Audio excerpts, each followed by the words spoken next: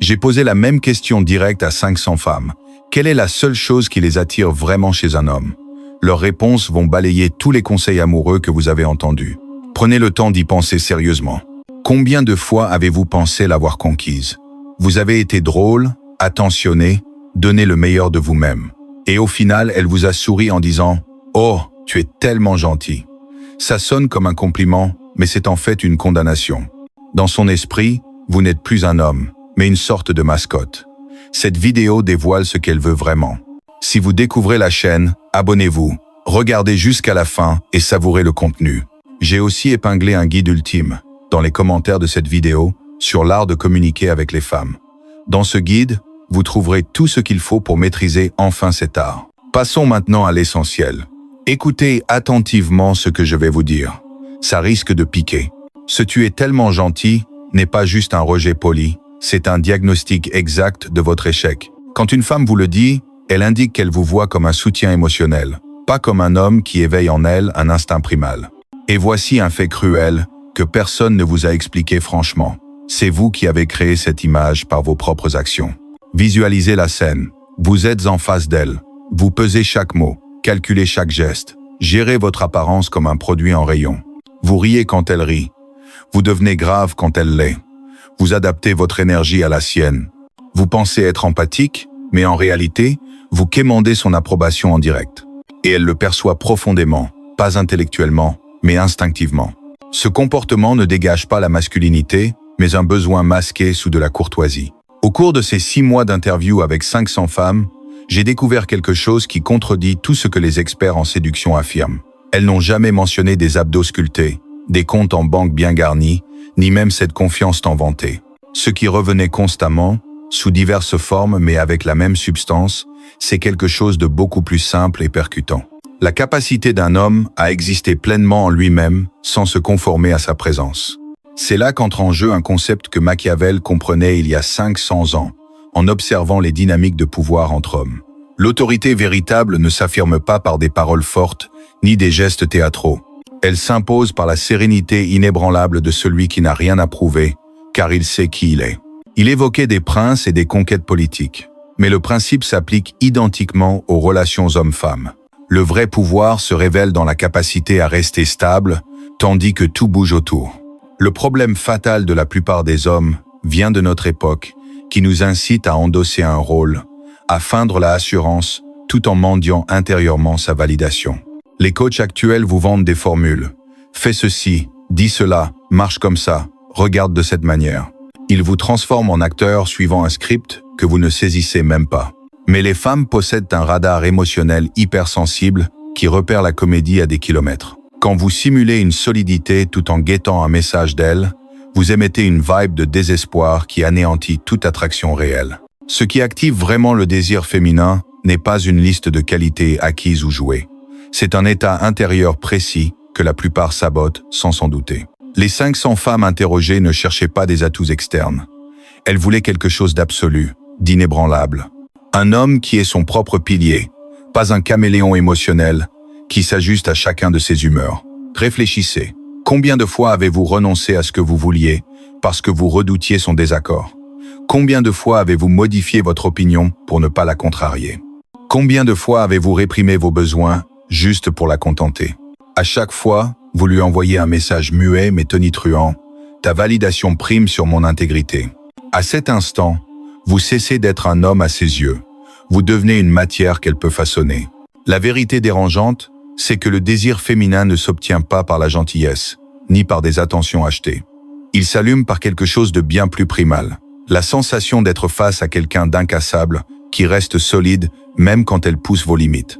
Et croyez-moi, elle testera toujours vos limites, pas par méchanceté, mais parce que biologiquement, elle doit vérifier si vous êtes vraiment l'homme que vous semblez être, ou juste un imposteur.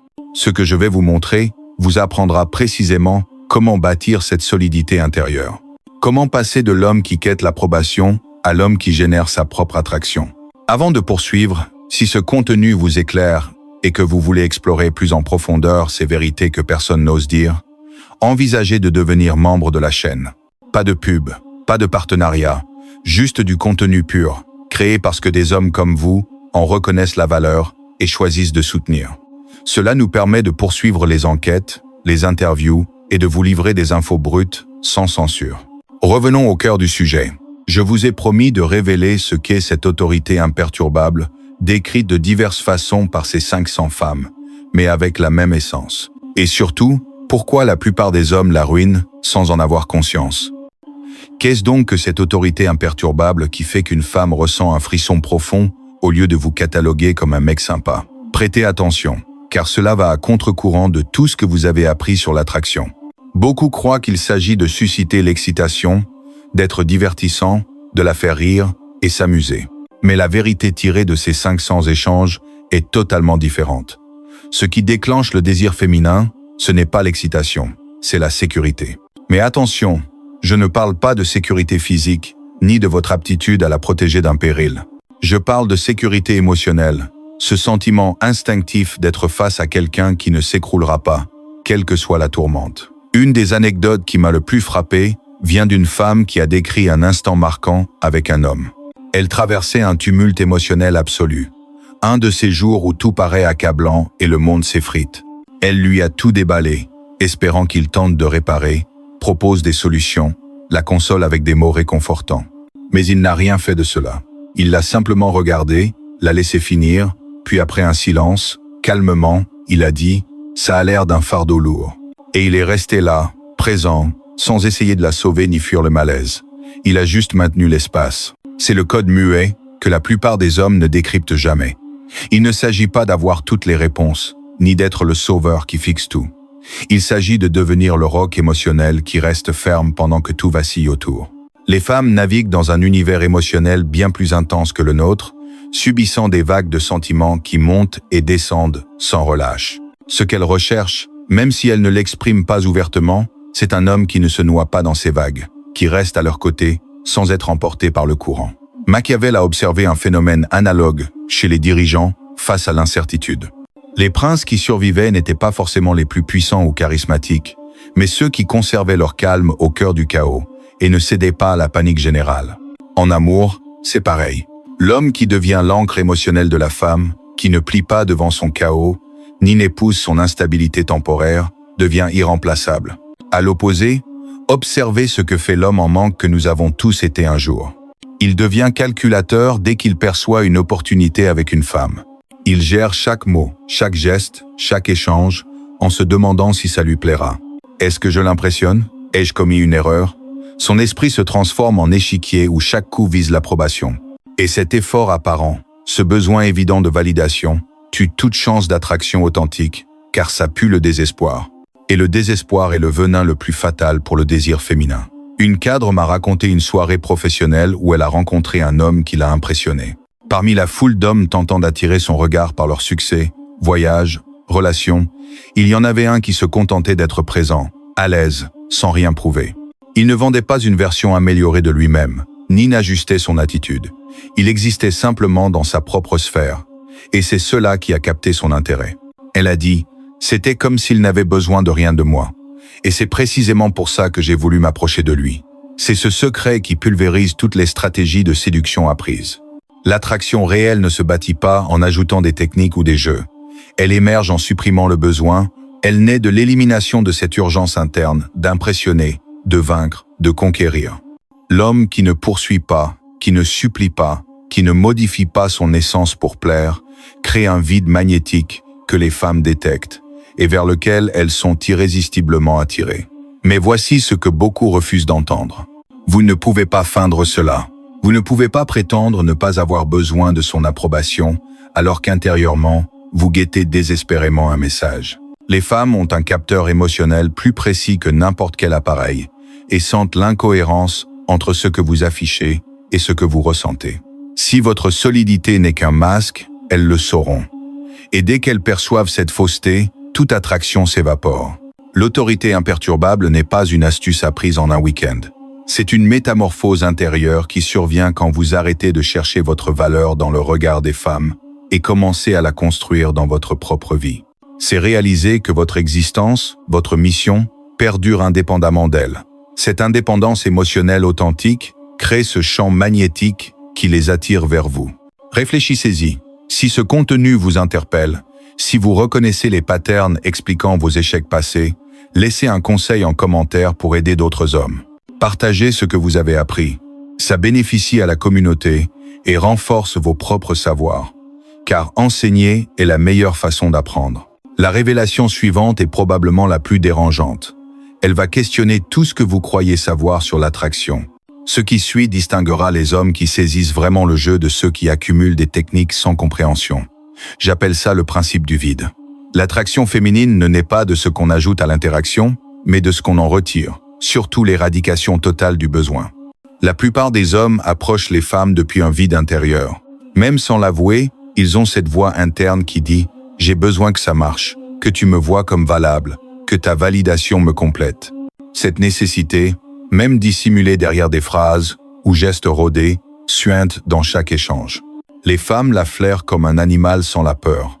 Ce n'est pas une analyse rationnelle, c'est un instinct viscéral qui les fait reculer. L'homme qui suscite une attraction profonde fait l'exact opposé. Il ne poursuit pas car il n'a pas de vide à remplir. Il ne supplie pas car il n'a pas besoin d'approbation pour exister. Il ne dévie pas de sa route pour plaire car son chemin est tracé par ses valeurs et son objectif. Cet homme crée une dynamique paradoxale qui rend les femmes irrésistiblement attirées. Elle veut s'approcher parce qu'il n'en a pas besoin. Imaginez concrètement, quand vous rencontrez une femme avec une urgence intérieure de la conquérir, vous devenez quelqu'un qui doit accumuler des points sans cesse. Chaque mot est un test. Chaque geste un investissement en attente de rendement. Vous négociez votre valeur en live. Et cette négociation ruine toute connexion vraie, car vous signalez que votre valeur dépend de son verdict. Inversez la perspective. Imaginez un homme qui arrive sans agenda secret, pas là pour gagner son approbation, présent parce qu'il l'a choisi, qui apprécie l'instant tel quel, pas pour ce qu'il pourrait devenir. Si elle reste, tant mieux. Si elle part, pareil. Car sa plénitude n'en dépend pas. Ce détachement authentique, cette absence de besoin, crée un espace émotionnel magnétique pour les femmes, comme si elles trouvaient enfin quelqu'un qui ne cherche pas à extraire quelque chose d'elles, ce qui les incite à donner librement. Machiavel a noté un principe similaire dans le pouvoir. Les souverains désespérés de maintenir le contrôle par des manipulations constantes le perdaient. Ceux qui régnaient depuis une assurance interne, sans devoir prouver constamment leur pouvoir, le conservaient vraiment. En amour, c'est identique. L'homme qui doit sans cesse prouver sa valeur en manque le plus aux yeux de la femme. Celui qui est simplement, sans démonstration, génère respect et attraction naturelle. Mais il y a un point clé. Vous ne pouvez pas simuler cela. Vous ne pouvez pas feindre l'autosuffisance tout en checkant votre téléphone toutes les 5 minutes en espérant un message. Vous ne pouvez pas prétendre ignorer son opinion tout en laissant chaque décision influencer par ce que vous imaginez qu'elle pensera. Les femmes détectent ces incohérences émotionnelles. Et quand elles les repèrent, vous perdez non seulement l'attraction, mais aussi toute crédibilité. L'autosuffisance réelle n'est pas une tactique, c'est un mode d'être. Elle découle d'une vie que vous valez la peine de vivre indépendamment de qui y participe. Avoir des projets passionnants, des relations nourrissantes, des objectifs challengeants et une identité solide qui ne vacille pas si une femme ne répond pas comme prévu. Cette solidité intérieure ne s'achète pas dans un séminaire, ni ne s'apprend dans une vidéo. Elle se forge jour après jour en prenant des décisions qui renforcent votre cadre interne au lieu de le sacrifier pour une approbation externe. Maintenant, à vous de participer. D'après votre expérience, qu'est-ce qui fonctionne le mieux au début d'une conversation avec une femme? Option A, un compliment inattendu qui la distingue. Ou option B, une question ouverte sur un sujet qui l'intéresse. Écrivez A ou B en commentaire avec une brève explication. Je veux voir quelle approche domine chez les hommes qui visionnent cette vidéo. Ce qu'on a couvert jusqu'ici, les bases, l'autorité imperturbable, le rôle d'encre émotionnelle et le principe du vide. Ces 3 piliers forment ensemble ce que les femmes nomment la présence masculine authentique. Pas d'arrogance tapageuse, ni de froideur calculée. Juste l'expression extérieure d'un homme complet qui n'a besoin de rien d'autre pour valider sa complétude. Cela nous amène à la conclusion finale, au constat récurrent de ces 500 conversations qui défient tout ce que la culture pop vous a enseigné sur ce que veulent les femmes. Voici la synthèse, la réponse ultime à la question qui a initié cette enquête. Après 6 mois à écouter 500 femmes s'exprimer sans filtre sur ce qui les excite vraiment chez un homme, la conclusion est simple mais douloureuse. La seule qualité qui vous rend vraiment irrésistible, c'est votre capacité à être complet en vous-même sans dépendre du jugement ou de la présence d'aucune femme pour vous sentir valable. Ce n'est pas feindre l'indifférence, ni jouer à des mind games où vous simulez que ça vous est égal. C'est une transformation réelle dans votre rapport à vous-même et à votre mission. C'est devenir le centre gravitationnel de votre vie, au lieu d'orbiter autour de la validation féminine en attendant qu'une femme vous confirme votre suffisance. Pensez à la gravité. Les planètes ne poursuivent pas le Soleil en le suppliant de les retenir en orbite. Le Soleil existe simplement avec une telle masse, une telle densité interne, qu'il crée un champ gravitationnel irrésistible. Les planètes n'ont d'autre choix que de graviter autour. C'est la métaphore exacte de l'homme qui bâtit une vie solide de l'intérieur. Il ne chasse pas les femmes, ne mendie pas l'attention, ne dévie pas de son cap pour plaire. Il existe simplement avec une telle intégrité et un but si clair qu'il génère un champ magnétique auquel elle gravite naturellement. Comparé à l'homme qui cherche encore sa valeur dans le regard féminin. Il se questionne constamment. Suis-je assez? Fais-je bien? Lui plais-je? Son estime fluctue selon l'attention, reçue ou non. Il vit un yo-yo émotionnel dépendant de facteurs externes incontrôlables. Cette instabilité, ce besoin perpétuel de validation, rend impossible une attraction profonde. Une femme m'a confié. J'ai croisé beaucoup d'hommes qui paraissaient confiants jusqu'à ce qu'ils s'attachent à moi. Dès que j'ai senti qu'ils tenaient trop, j'ai perdu tout intérêt. Mais il y en a un qui est resté inchangé après m'avoir connu. Il n'a pas modifié ses plans, ses priorités, son style de vie. Et cette constance m'a donné envie d'intégrer son monde. Car j'ai senti que ce monde valait le coup sans moi, ce qui paradoxalement m'a poussé à en faire partie. C'est ce que Machiavel observait chez les leaders qui gardaient la loyauté sans la mendier. Les princes qui quémandaient l'amour finissaient méprisés. Ceux qui régnaient avec un but clair sans chercher constamment l'approbation suscitaient respect et loyauté authentique. En amour, c'est similaire. Celui qui mendie d'être choisi finit rejeté. Celui qui vit pleinement sa vie avec ou sans elle finit poursuivi. Cette transformation n'est pas superficielle. Ce n'est pas apprendre 3 répliques malignes ou 5 poses corporelles. C'est reconstruire entièrement son identité depuis une autosuffisance réelle. Cela débute quand vous cessez de vous soucier de ce que pensent les femmes de vous et commencez à évaluer votre propre vie. Quand vous arrêtez de mesurer votre succès par le nombre de femmes qui vous sélectionnent et commencez à le jauger par l'alignement avec vos valeurs, votre but, votre vision personnelle. Voici la vérité inconfortable que beaucoup rejettent. Si votre vie sans femme paraît vide, terne, sans sens, alors vous n'êtes pas prêt à susciter une attraction véritable. Car ce vide filtrera dans chaque interaction. Vous chercherez chez elle ce qui vous manque, et cette quête désespérée la repoussera inévitablement. Il faut d'abord construire une vie qui mérite d'être vécue en soi, avec des projets passionnants, des relations enrichissantes, des objectifs stimulants, une identité ferme, qui ne tremble pas quand les choses dérapent. Quand vous y parvenez, quand vous devenez vraiment un homme complet en vous-même, quelque chose de magique arrive. Vous n'avez plus besoin de stratégie de séduction. Votre présence seule communique la valeur. Vous n'avez plus besoin de techniques de dialogue. Vous parlez avec une authenticité irrésistible. Vous n'avez plus besoin de jeu car vous ne jouez rien. Vous êtes simplement vous, et c'est assez. Le verdict final de ces 500 femmes est limpide. Elles ne cherchent pas l'homme qui les pourchasse, mais celui qui les invite à rejoindre quelque chose qui vaut déjà la peine. Elles ne veulent pas de celui qui mendie leur attention, mais de celui si occupé à bâtir son royaume que son attention est un privilège rare. Elles ne veulent pas du romantique qui sacrifie tout, mais du stratège qui sait quand donner et quand retenir, quand s'approcher et quand reculer, quand investir et quand se retirer. Ce n'est pas de la manipulation, c'est de la clarté. Votre valeur d'homme ne se mesure pas au nombre de conquêtes, mais à la robustesse de la vie que vous construisez. Quand cette vie est vraiment solide, quand vous devenez le centre de votre univers, les femmes veulent naturellement orbiter autour. Non parce que vous les chassez, mais parce qu'elles ont trouvé quelqu'un qui n'a pas besoin d'elles pour être complet. Et cette complétude est la chose la plus attractive qui soit. La transformation ultime est simple mais radicale. Cessez d'être l'homme gentil qui s'explique, se justifie, supplie d'être compris. Devenez le stratège silencieux qui existe avec une telle autorité intérieure qu'il n'a rien à prouver à quiconque. Le romantique naïf perd toujours. L'homme solide gagne toujours. Pas parce qu'il joue mieux, mais parce qu'il a arrêté de jouer et a commencé à vivre selon ses propres règles. À vous d'agir avec sagesse, pas avec précipitation. Réfléchissez. Chaque fois que vous quêtez l'approbation, vous perdez du pouvoir. Chaque fois que vous restez ferme, vous créez de la gravité. Votre valeur n'est pas en elle, elle est en vous. Partagez en commentaire un conseil appris pour maintenir votre solidité face aux femmes. Quelque chose qui pourrait aider d'autres hommes à cesser de mendier l'attention et commencer à vivre avec une autorité intérieure. Votre expérience peut être la clé qu'un autre homme attend pour arrêter de jouer et commencer à régner sur sa propre vie.